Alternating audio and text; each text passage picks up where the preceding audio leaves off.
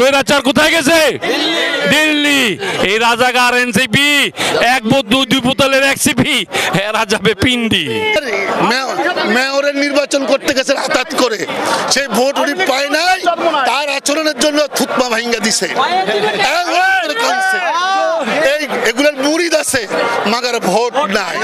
আপনি দেখেন বিগত নির্বাচনকে পিছানোর জন্য যাদের অস্তিত্ব নাই, ভোট নাই, ওই যে বলল যে মুরিদ আছে ভোট নাই, তার নাম চরমোনাই।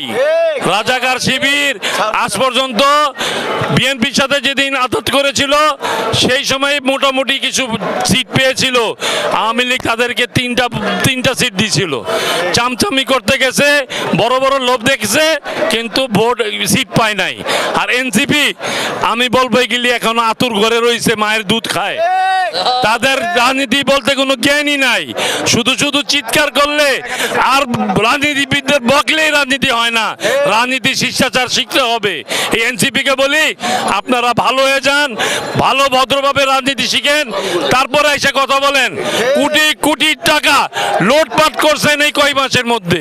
আপনাদের পিয়ন চাপরাশিরা 300-400 কোটি টাকার মালিক হয়ে গেছে। হাসিনার পিয়ন 17 বছরে 400 কোটি টাকা মালিক হয়েছিল। আপনারা এই 5-6 মাসের মধ্যে আপনাদের পিয়ন 150-200 কোটি টাকার মালিক হয়ে গেছে।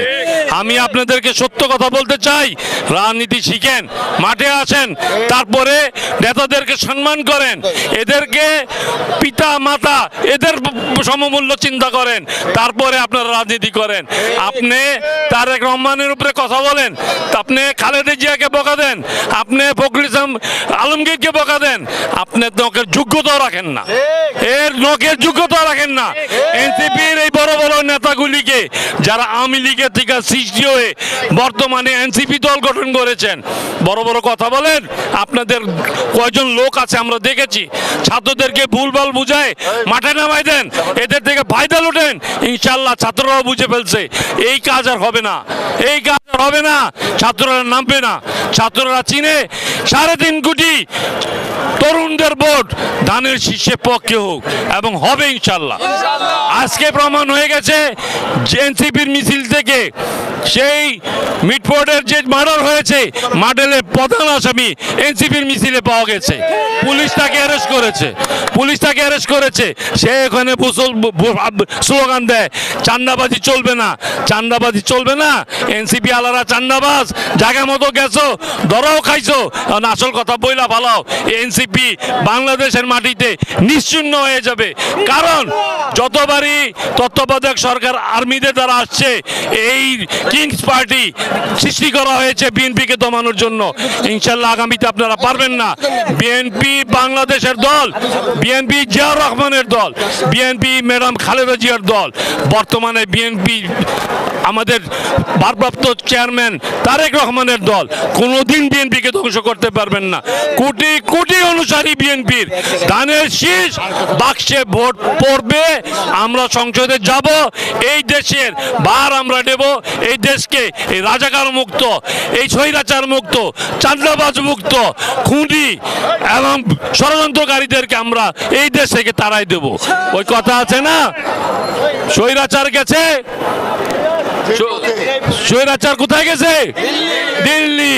এই রাজাকার এনসিপি এক দুই বোতলের এক্সিপি, এরা যাবে পিন্ডি ইনশাআল্লাহ। ধন্যবাদ।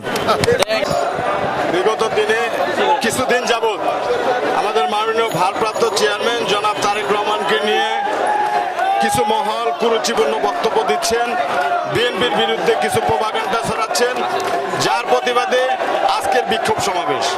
আপনারা জানেন বিগত দিনে বাংলাদেশ জাতীয়তাবাদী দল বিগত 17 বছর আন্দোলন সংগ্রাম করে আসছে গণতন্ত্র পুনরুদ্ধারের জন্য, এই দেশের জনগণের সেবা করার জন্য। সেটা আসলে আমাদের কাম্য নয়।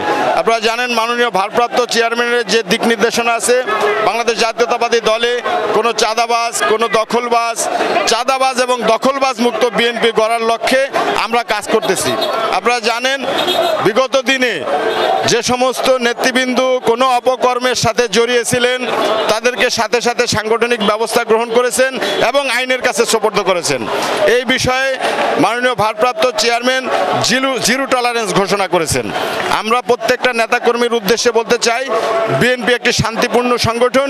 আমরা সকলে শান্তিপূর্ণভাবে এদেশের জনগণের সেবা করতে চাই, এ দেশের জন্য কাজ করতে চাই। আগামী দিনে এই যে অন্তর্বর্তীকালীন সরকার আছে, এই সরকারের কাছে আমাদের একটাই চাওয়া থাকবে যে আগামী কিছুদিনের মধ্যেই যেন নির্বাচন ঘোষণা করেন এবং নির্বাচনের মাধ্যমে একটা গণতান্ত্রিক সরকার বাংলাদেশে ফিরে আসেন। এই হত্যাকাণ্ড একটা ষড়যন্ত্র। এই যে হত্যা করেছে সে হলে আওয়ামী লীগের দোসর। তিনি আমাদেরকে মিথ্যা, আমাদের বিএনপির উপর এই জামাত শিবির, এই এনসিপি আমাদের বিরুদ্ধে একটা ষড়যন্ত্র করতেছে। আমাদের দেশ নায়ক তারেক রহমান যখন আমাদেরকে সুসংগঠিতভাবে একটি আন্দোলন সংগ্রাম করে এই ফ্যাসিস্ট সরকারকে হটিয়েছে, এখন জামাত শিবির, এনসিপি এরা দেখতেছে যে এই বাংলাদেশে একটা সুন্দর সুষ্ঠু নির্বাচন বিএনপি করতে চায়। সেই বিএনপির নির্বাচনকে নস্যাৎ করার জন্য একটি কুমহল আমাদের পিছে লেগেছে। তাই আমরা এই সরকারকে অবিলম্বে নির্বাচন দেওয়ার জন্য আমরা অনুরোধ করছি। কেমন নেতৃত্ব চান আগামী দিনে আমাদের দেশ নায়ক তারেক রহমান যে নেতৃত্ব দিবেন সেই নেতৃত্বেই আমরা কাজ করব এবং সুন্দর নেতৃত্ব দিবে আমাদের দেশ নায়ক তারেক রহমান, এই আশা ব্যক্ত রেখে পল্লবী থানা শ্রমিক দল জিন্দাবাদ জিন্দাবাদ।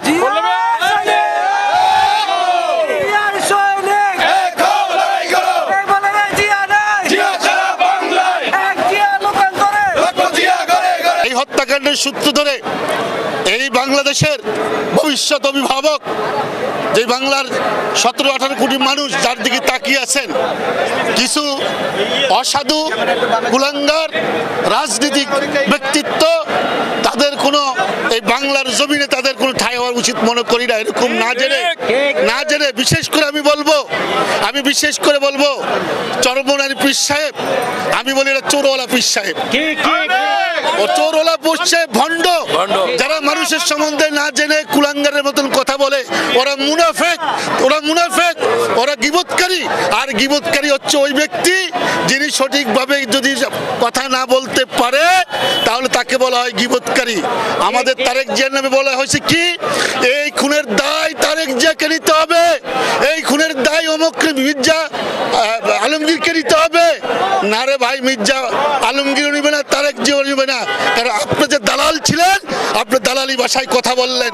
কারণ আপনি বিগত 17 বছর দিকে তাকান, এই চরমনের নামে কোনো মামলা হয় নাই, কোনো হামলা হয় নাই, কোনো কিছু হয় নাই। একবার উনি বরিশালে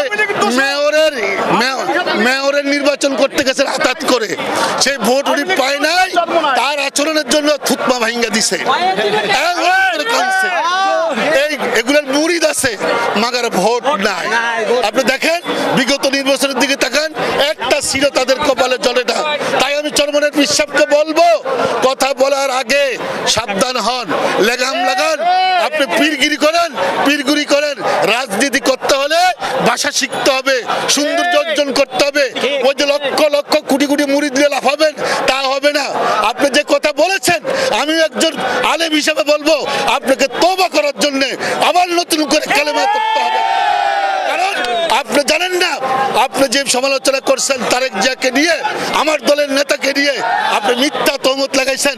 মিথ্যাকারিতে কত ভয়ঙ্কর, মিথ্যুকের সবচেয়ে বড় কাম হচ্ছে কি, সর্বগুণা সে করতে পারে। আমি আহ্বান জানাবো এই চরমনের পীর সাহেবকে, উনি যেন তওবা করে আমার নেতা তারেক রহমানের কাছে ক্ষমা চাইতে হয়, জাতির কাছে ক্ষমা চাইতে হবে, জাতির কাছে ক্ষমা চাইতে হবে। আর এনসিবি, ওটা তো 2 বোতলের একটা মুখা হইছে, এখন জামাত আর এনসিবি এক হইছে। আরে এনসিবি, আমরা 17 বছর রাজপথ শিখাইছি তোদেরকে, তোরা আমাদেরকে শিখাস নাই। আমরা 17 বছর আমরা শিখাইছি তোদেরকে। আর জামাত শিবির যতবার বিএনপির সাথে বেইমানি করেছে, ততবার ভোটের বেলায় সিটের বেলায় 3টা। আপনারা জানেন 96-তে জামাত শিবির, এই জামাত আওয়ামী লীগের সাথে আঘাত করে দীর্ঘদিন আন্দোলন সংগ্রাম তত্ত্বাবধায়ক সরকার আনছিলেন, কিন্তু ভোটের বেলা দেখা যাচ্ছে সিট পাইছে মাত্র 3টা। দেখে অবস্থা খারাপ। তার খেসারত তারা 2009 থেকে 2017 পর্যন্ত তাদের দেওয়া লাগছে। ঠিক, ঠিক। বড় বড় নেতাদেরকে, আল্লামা সাইদি, মতিউর রহমান নিজামী, এদের মতন লোকদেরকে ফাঁসির কাস্টে ঝুলতে হয়েছে। তাই আমি জামাতকে বলবো, সতর্ক হন, দালালি করবেন না। জামাত, আমি চরমনের বিশ্বাসকে বলবো, দালালি করবেন না। এনসিপিদেরকে বলবো, ওই স্বপ্ন দেখেন না বিএনপিকে -2 করার জন্য। এই বাংলার জনগণ মাইনা নিবে না, না, না।